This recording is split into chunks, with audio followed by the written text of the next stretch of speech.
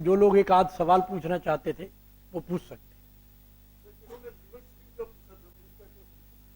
Shrink possibility इसमें सिर्फ इतनी है कि वो रुक भी सकता है और श्रिंक होना। लीवर श्रिंक कब होगा? जब उसमें वायरस, इन्फेक्शन, टॉक्सिन ज्यादा बढ़ जाए। लीवर क्लींजिंग हम करते हैं, दोनों तरह के रिजल्ट हमें मिले हैं। कई लोगों का बढ़ना रुक जाता है और कई लोगों का श्रिंक होना रुक जाता है, किसी का उसी अवस्था में रुक जाता है और पूरा भी हो जाता है। लीवर सबसे प्रमुख अंग ऐसा है जो अपने आप को खुद ठीक कर लेता है। लीवर अगर किसी वजह से डैमेज हो जाता है, अगर उसको मौका दिया जाए, बिल्कुल उस पेड़ की तरह से है जिसके पत्ते झड़ गए, टहनियां झड़ गई, अगर दोबारा से उसको खाद पानी मिले तो वो पेड़ दोबारा से पत्ते बना लेता है, टहनी निकल जाती हैं। लीवर ही एकमात्र ऐसा अंग है, रीजनरेट लीवर हो सकता है। तो फिर छेड़छाड़ की जरूरत नहीं है। ये कैसे कह सकते हो आप श्रिंक हुआ है? रिपोर्ट सबसे बकवास चीज है। थोड़ी सी मेरी बातें आउट ऑफ कंटेक्स्ट लगेंगी। हाँ जी,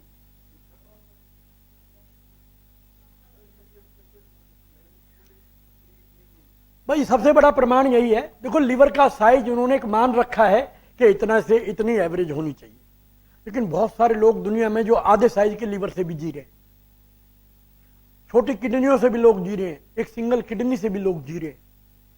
तो हम ये डिसाइड कौन करेगा कि आपका श्रिंक हुआ है लीवर, जब 20 साल से वही पोजीशन है? तो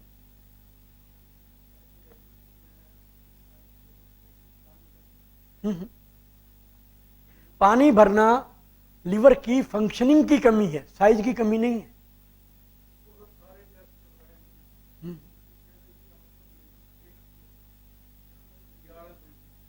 आप ये पेट थोड़ा कम करें, लीवर को वॉश करें, आपका कल्याण हो जाएगा। देखो, मैं जो मुझे दिख रहा है मैं उसकी बात कर रहा हूं, वो आप जाने है या नहीं है। अभी भी आपको इसको 4 इंच नीचे ले जाना चाहिए, जो मेरी। हाँ जी, अब इतना लगन दो ना, पेट को पीठ के साथ होना ही चाहिए। रामदेव को देखते नहीं रोज? रामदेव को रोज नहीं देखते तुम? क्या करता है? सुबह टेढ़ा होकर दिखाता है, पेट पीठ से लग सकता है। सब ऐसा बना लो, बीमारियां चली गई।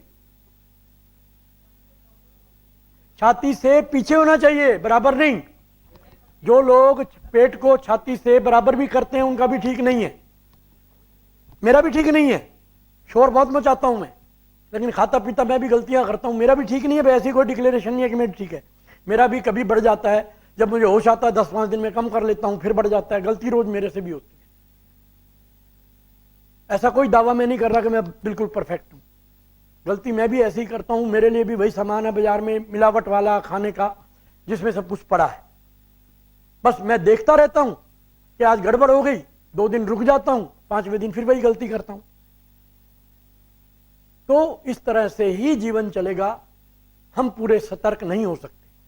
दूध वाले ने कैसा दूध दिया, कंपनी का कैसा दूध आया, मसाले कैसे आए, सब्जी कैसी, इंजेक्शन की बात करते हैं। तो ये चीजें हमारे काबू में नहीं है, बस में नहीं। ये अभी हमने शुरू नहीं किया।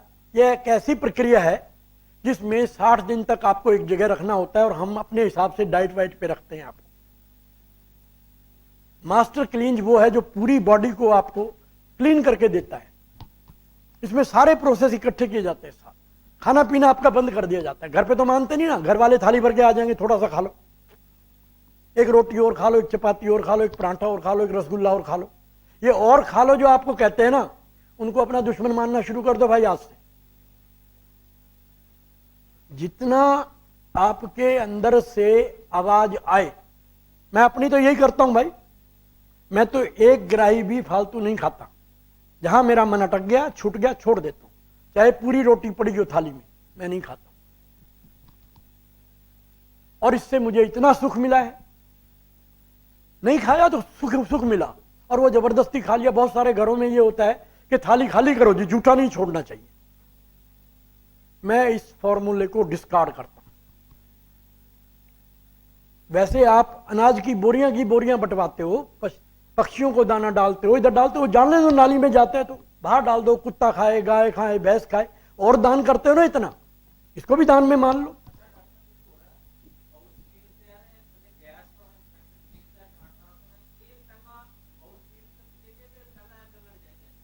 ये अपनी एक बात जो मैं जनरली बता दूं, बाउल क्लींज किसी बीमारी का इलाज नहीं है, लेकिन जिसको बीमारी हो चुकी है, फिस्टूला है, पाइल्स है, या फाइब्राइड्स हैं, ट्यूमर है, जिसके हमने दवाइयां लिखी हैं, या शुगर है, तो उसके लिए भी साथ साथ आपको उस अंग को पूरी तरह से फंक्शन, लीवर है, उसके अंग के लिए भी दवाई लेनी पड़ेगी। बाउल क्लींज तो जनरल है, एनीबडी कैन टेक, बीमार भी ले सकता है, जो बीमार नहीं है उसको तो लेना ही पड़ेगा। अगर आपको इन्फेक्शन होते रहते तो इन्फेक्शन की जरूरत है नहीं, फिर साथ ही करो, आगे पीछे क्यों कर रहे हो, फिर साथ ही करो, करना है तो साथ ही करो। देखिए जी, सस्ते की बात यह है, ये प्रश्न इन्होंने किया है, सोना कभी सस्ता नहीं मिलता, बाजार भाव से मिलेगा। जिसको जरूरत होगी वो लेगा, जबरदस्ती किसी के घर में नहीं आता, जो लेना चाहे, कोई जबरदस्ती नहीं है, किसी की जेब से पैसे नहीं निकलते, मन आपका पहले संतुष्ट होना जरूरी है। जिसको ठीक लगे उसी को कदम बढ़ाना चाहिए। आप घर से निकलते हो, सोने का भाव देख के ही निकलते हो कि मुझे 10 तोले लेके आना और उसका ये भाव है, पैसे लेके आप जाते हो। नहीं, it's a combination of homeopathy and herbal, harmless हैं दोनों।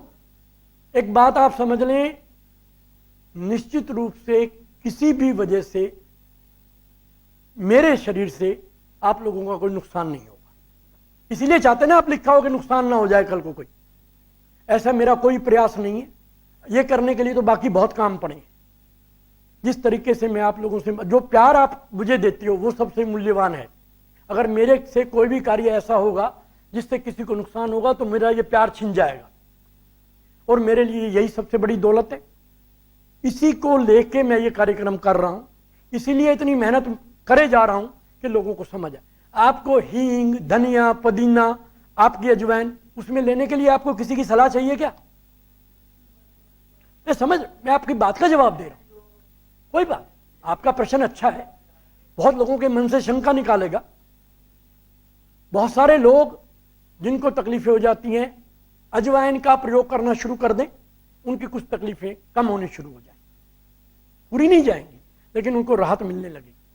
तो बिल्कुल इसमें कई ऐसी हर्ब्स हैं जो बाहर से हम इंपोर्ट करते हैं।